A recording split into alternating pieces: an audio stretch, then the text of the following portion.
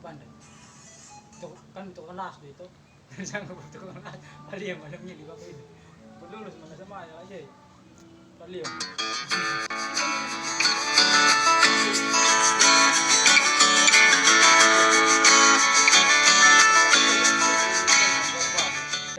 Dalam video kali ini kita akan belajar tentang penerapan fungsi linear.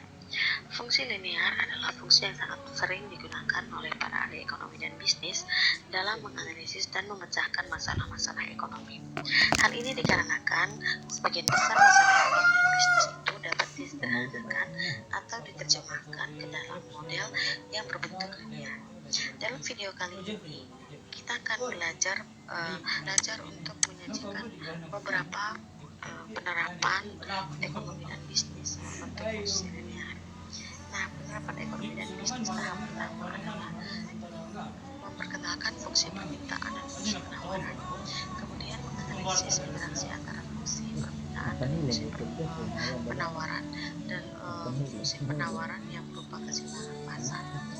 Akan menganalisis juga perubahan keseimbangan pasar yang diakibatkan karena adanya pengaruh pajak dan subsidi dari pemerintah. Nah, analisis penerimaan lainnya seperti analisis pulang pokok atau break-even point yang berguna untuk perencanaan perusahaan, dan terakhir fungsi konsumsi dan fungsi tabungan serta model keseimbangan pendapatan nasional. Nah, aplikasi fungsi linear dalam mikroekonomi juga ini yaitu untuk ada dalam fungsi penawaran, keseimbangan pasar, keseimbangan fungsi analisis simpan impas atau analisis pulang pokok atau dalam bahasa Inggrisnya break-even point, dan fungsi anggaran. Nah, yang pertama akan kita bahas adalah tentang fungsi permintaan. Fungsi permintaan menunjukkan hubungan antara jumlah produk yang diminta oleh konsumen dengan variabel-variabel lain untuk pada suatu periode. Variabel-variabel ini bila ditelusuri dalam perekonomian yang sesungguhnya sangat banyak jumlahnya. Tetapi umumnya para ahli ekonomi berasumsi bahwa jumlah produk yang akan diminta atau dibeli oleh konsumen selama satu periode yang tertentu tergantung pada 5 hal variabel utama. Pertama, harga produk itu sendiri, terus pendapatan konsumen, harga produk lain yang saling berhubungan, harga produk yang diharapkan pada waktu periode mendatang, dan selera konsumen.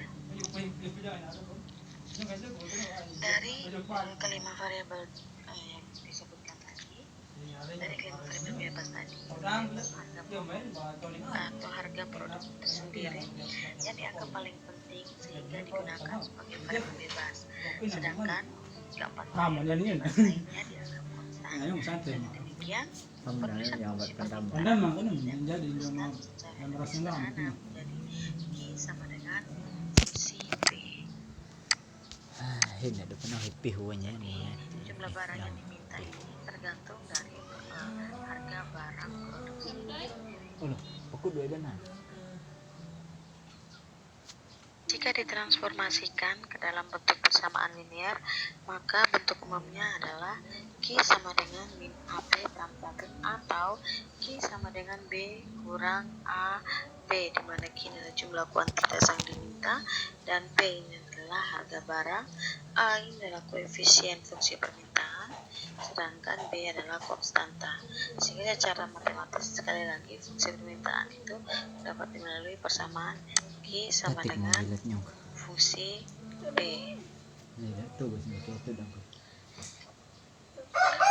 Fungsi permintaan juga memiliki 3 kemiringan, yaitu kemiringan permintaan negatif, kemiringan permintaan sama dengan 0, dan kemiringan permintaan. Di sini saya akan memberikan contoh tentang fungsi permintaan. Seorang konsumen akan membeli 50 unit barang. Bila harganya 15 rupiah per unit, akan tetapi bila harga per unitnya 10 rupiah, ia akan bersedia membeli sebanyak itu. Berdasarkan fungsi atas, carilah fungsi permintaan dari barang tersebut. Jadi sekarang kita akan mencoba untuk membuat fungsi permintaan. Seperti yang kita ketahui, seorang konsumen akan membeli 50 unit barang. Unit barang pada ini melambangkan jumlah kuantitas yang diminta, yaitu Q1. berarti Yang Q1 sama dengan meledakan tandai. 50. Bila harganya Yang 15 meledakan. rupiah per Yang unit. di Jadi sini kalau kan? Q1 nya Yang 50 unit, Iya. maka harga Itu atau namanya, P-nya sama dengan dia kan 15 film rupiah. tandai mana punya kan? Akan tetapi bila harga per unitnya Ya kalau 10 tandai kan yang rupiah, berarti P, jika kalau P2 nya rupiah, maka jumlah barang yang akan diminta sebanyak 75 unit. Nah, berdasarkan info di atas, kita akan mencoba untuk membuat fungsi Ditasan dalam tim ya Pak. permintaannya. Kan Nah, yang ditanyakan adalah fungsi permintaannya. Maka langkah yang harus kita lakukan adalah kita akan menggunakan persamaan yang sudah pernah kita cari kemarin pada video sebelumnya.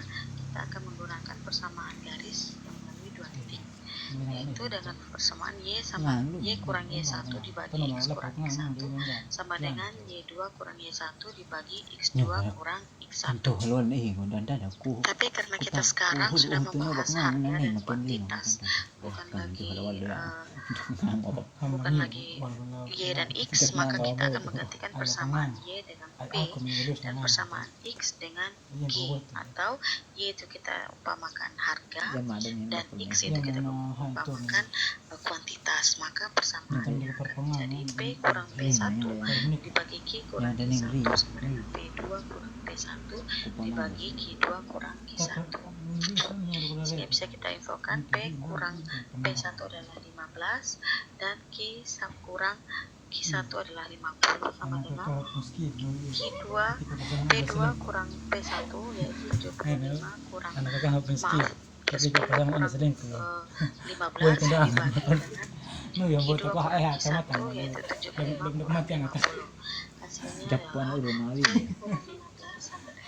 10 kurang 15 dibagi 75 kurang 50 dikali silang dengan Q kurang 50. Kenapa? Karena kita P2 kurang P1 dan dibagi Q2 kurang Q1 itu merupakan kemudian hasilnya kita dapatkan 10 kurang 15 min 5 dibagi dengan 75 kurang 50 25, dapatnya min 0,2 dikalikan dengan Q kurang 15 ini, jadi dapatnya min 0,2 kali Q dapat min 0,2 Q tambah min 0,2 dikali min 50. Kenapa di sini berubah jadi tambah? Karena min dikalikan min hasilnya adalah positif. Kemudian P sama dengan min 0,2 Q tambah 10. Kenapa di sini menjadi tambah 15? Sedangkan di sini min 15 karena kita pindah ruas. Jadi persamaan ini terdiri dari sisi sebelah kiri dan sisi sebelah kanan.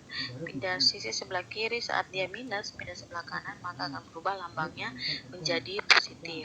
Maka persamaan yang kita peroleh adalah P sama dengan min 0,2 Q tambah 25. Kemudian untuk menggambarkan kurvanya, maka kita perlu mencari titik potong, yaitu titik potong saat Q sama dengan 0 dan titik potong saat P sama dengan 0.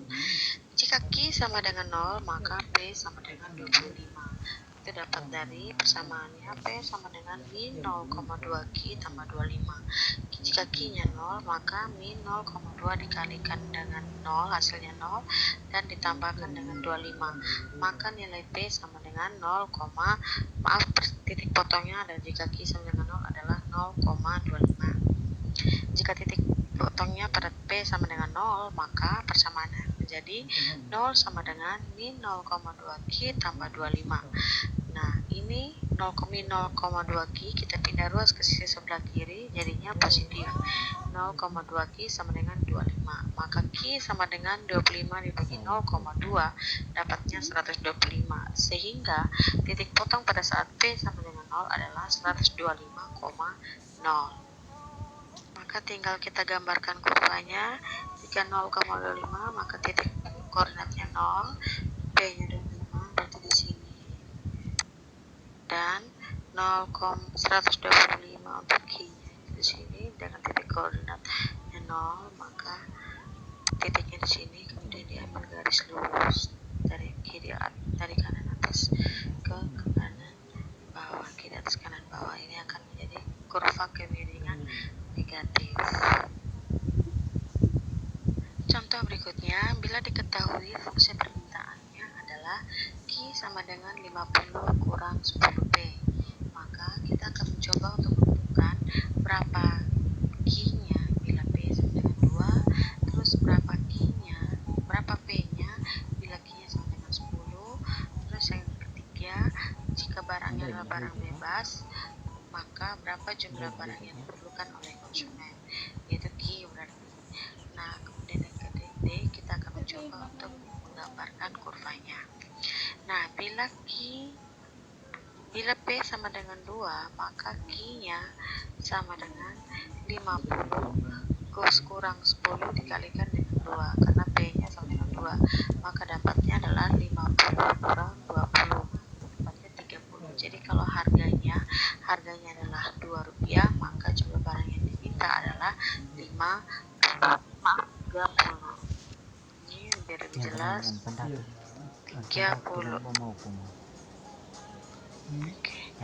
Nah, yang kedua, berapa P-nya atau berapakah harga yang berlaku jika jumlah barang yang diminta sama dengan 10?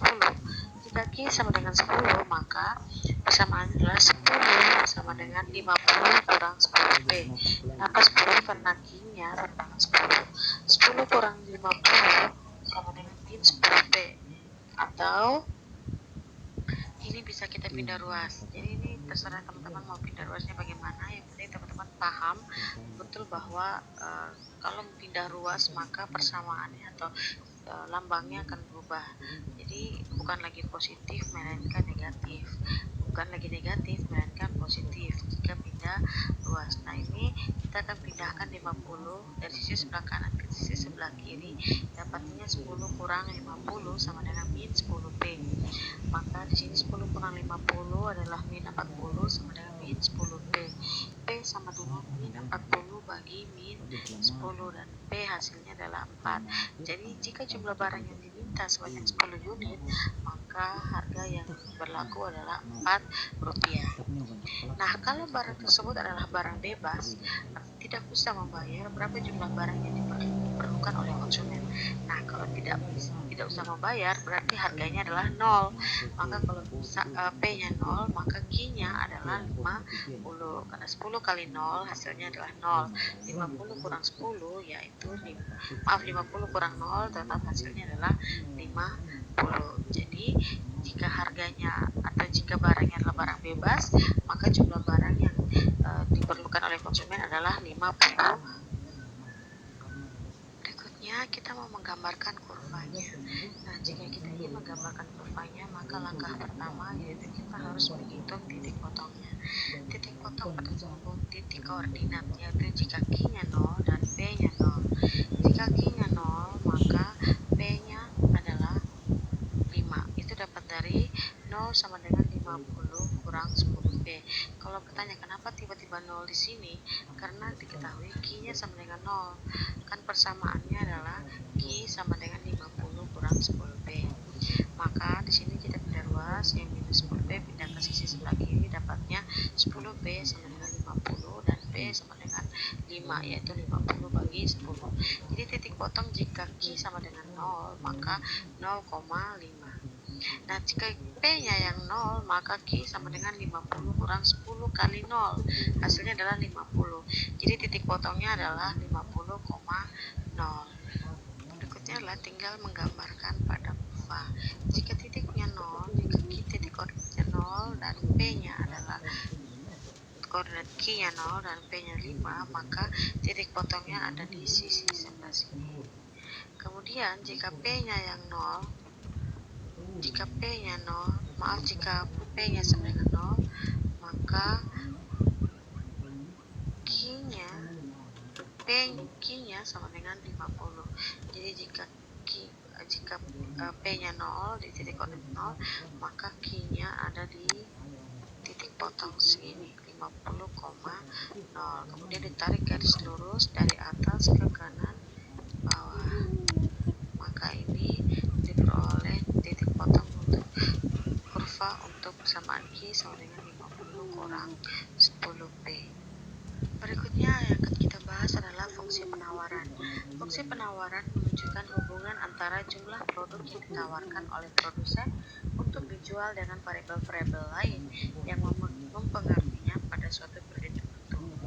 Nah, menurut ahli ekonomi, ada 5 variabel-variabel lain yang sangat mempengaruhi jumlah yang ditawarkan oleh produsen, yaitu harga produk tersebut, tingkat teknologi yang tersedia, harga dari faktor-faktor produksi atau input yang digunakan, dan keempat, harga produk lain yang berhubungan dalam produksi, dan yang kelima adalah harapan para produsen terhadap harga produk tersebut di masa depan. Secara matematis, hubungan fungsional antara produksi yang ditawarkan oleh produsen dengan kelima variabel bebas mempengaruhi dapat ditulis dengan persamaan Q sama dengan AB tambah B, atau Q ini sama dengan koefisien harga ditambahkan dengan konstanta. Untuk kurva penawaran, preferensi penawaran juga memiliki kemiringan penawaran positif, kemiringan penawaran sama dengan 0, dan kemiringan penawaran tidak tentu. Contoh fungsi penawaran, jika harga suatu produksi adalah Rp500, maka jumlah yang akan terjual sebanyak 60 unit. Jika harga meningkat menjadi Rp700, maka jumlah barang yang terjual sebanyak 100 unit. Tentukanlah fungsi penawarannya dan gambarkanlah dalam suatu diagram. Nah, di sini kita akan melakukan hal yang sama seperti fungsi permintaan tadi. Nah, kita akan memasukkannya ke dalam persamaan P kurang P1 dibagi Q kurang Q1 sama dengan P2 kurang P1 dibagi Q2 kurang Q1. Seperti yang kita ketahui, P1-nya adalah 500 dan Q1-nya adalah 60. Jadi P sampai kurang P1 berarti P kurang 500 dibagi Q kurang 60 sama dengan 700 kurang 500 dibagi 100 kurang 60. P kurang 500 sama dengan 700 kurang 500 dibagi 100 kurang 60. Hasilnya adalah 5 dikalikan dengan Q kurang 60. Maka P sama dengan 5Q kurang 300 tambah 500 karena pindah ruas dari sisi sebelah kiri ke sisi sebelah kanan. Maka dapat persamaannya adalah P sama dengan 5Q tambah 200. Nah, untuk menggambarkan kurvanya, kita akan menentukan titik potong dari persamaan P sama dengan 5Q tambah 200. Jika Q-nya 0, maka P-nya adalah 200. Maka titik potong saat Q-nya 0, maka titik potongnya adalah 0,200. Nah, jika P-nya sama dengan 0, maka Q-nya adalah min 40. Jadi 0 sama dengan 5Q tambah 200. Pindah ruas 5Q ke sisi sebelah kiri, jadinya min 5Q sama dengan 200. Q sama dengan 200 bagi min 5 sama dengan min 40. Jadi titik potong pada saat P sama dengan 0 yaitu min 40,0. Ini min 40,0 ada di titik sini. Sedangkan min 0,200 ada di titik ini. Titik potongnya ada di sini. Nah, seperti yang kita ketahui di sini koordinatnya yaitu Q-nya itu minus dan P-nya itu positif. Maka dari ini digambarkan garis putus. Nah, sekarang kita akan mencoba menggambarkan titik lainnya yang akan dilalui oleh kurva penawaran ini.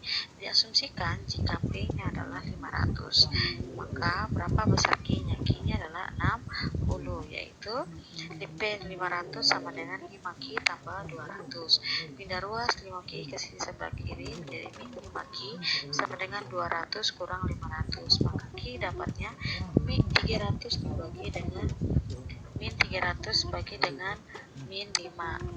Maka dapatnya adalah positif 60. Jadi ada titik potong lain yang akan melalui kurva penawaran yaitu 60,500. Untuk kurva penawaran P sama dengan 5Q tambah 200. Contoh berikutnya, penawaran kemeja merek Lerny dalam keadaan sebagai berikut. Bila harganya 2.000 per unit produsen mau menawarkan barangnya sebanyak 2.500 unit kemeja. Tetapi bila harga naik menjadi 2.500 per unit, maka produsen mau menawarkan kemejanya sebanyak 5.000 unit. Nah, yang diminta adalah tentukan fungsi supply dari kemeja tersebut dan gambarkan grafiknya. Hal yang sama yang akan kita lakukan yaitu kita akan menginputkan ke dalam persamaan P kurang P1 dibagi Q kurang Q1 sama dengan P2 kurang P1 dibagi Q2 kurang Q1. Maka yang kita peroleh adalah persamaan P sama dengan 0,2 Q tambah 1.500. Itu didapatkan dari P kurang 2000 dibagi Q kurang 2500 sama dengan 500 per 2500. P kurang 2000 sama dengan 500 dibagi 2500 dikali dengan Q kurang 2500, sehingga hasil yang kita peroleh adalah P sama dengan 2 Q tambah 1500. Berikutnya adalah menggambarkan. Nah, kalau mau menggambarkan, hal yang sama yang kita lakukan yaitu dengan menentukan titik potong. Nah, titik potong pertama kita akan cari dengan titik potong jika Q sama dengan 0, maka P-nya adalah 1.500, sehingga titik potong pada saat Q sama dengan 0 adalah 0,1500. Jika P sama dengan 0, maka 0 sama dengan 0,2 Q tambah 1.500, maka ini pindah ruas dari sisi kanan ke sisi sebelah kiri, min 0,2 Q sama dengan 0 tambah 1.500, sehingga Q sama dengan 1.500 dibagi min 0,2 sama dengan min 7.500. Dan titik potong yang melalui jika P sama 0, maka titik potongnya adalah min 7.500,0,